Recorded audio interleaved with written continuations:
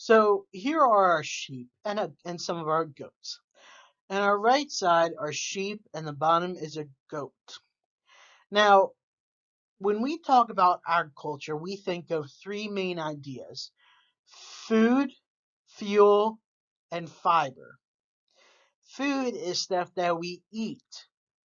Fuel is stuff that we use, such as gasoline, which in some cases, corn is used to make gasoline.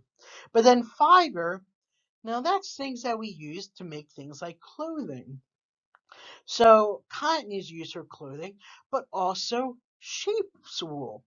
The wool that you see on these sheep are then sheared off. It doesn't hurt the animals, so it's like giving them a haircut. So when we have really long hair and we need it cut, we get it cut. These animals, when they get really long hair, we give them a cut, and then that is used to make different things, including wool sweaters or wool blankets. These are very important because they can be used to keep us warm. But another interesting thing is they can be used for food. So many different people in many different countries eat sheep and goats. In a lot of countries, goat is an important part of their diet, and sheep can be used in many different recipes too. So sheep and goats are very important in agriculture because it can be used for two different things.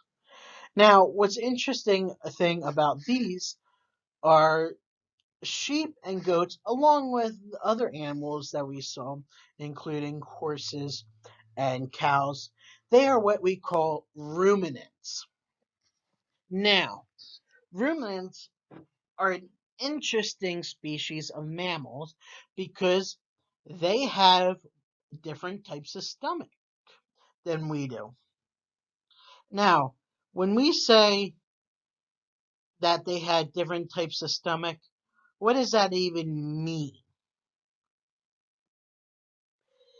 So, interesting thing is that they have four different chambers to their stomach. So, things like cows, sheep, and goats, they have four different parts of the stomach. Compared to horses and people, we only have one chamber. Now, why is this important?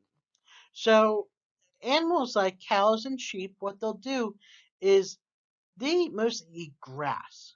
So the issue with grass is it's really, really hard to digest. So what they do is they swallow it. They first chew it, then they swallow it, then it goes into the first chamber. That gets out any of the bad stuff. Sometimes a cow might eat something like a nail, and that's not good for them.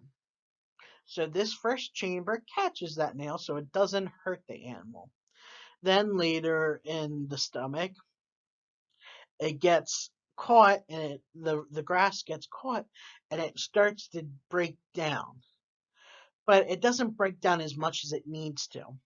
So then later on, it goes back up into the throat, into the mouth, and the cow starts chewing it. This is what it's called cud. So this is a normal process for these animals. So when you see a cow and they're chewing the cud, which means they are chewing the grass that came back up so that can be further broken down. They swallow it again, then it gets processed. So grass is very hard to digest. Even though that's what they eat, it's very hard to digest. So they have to chew it many different times. So these are very interesting animals, and certainly goats and sheep, since they can be used for many different things. Let's see what else we have on the farm.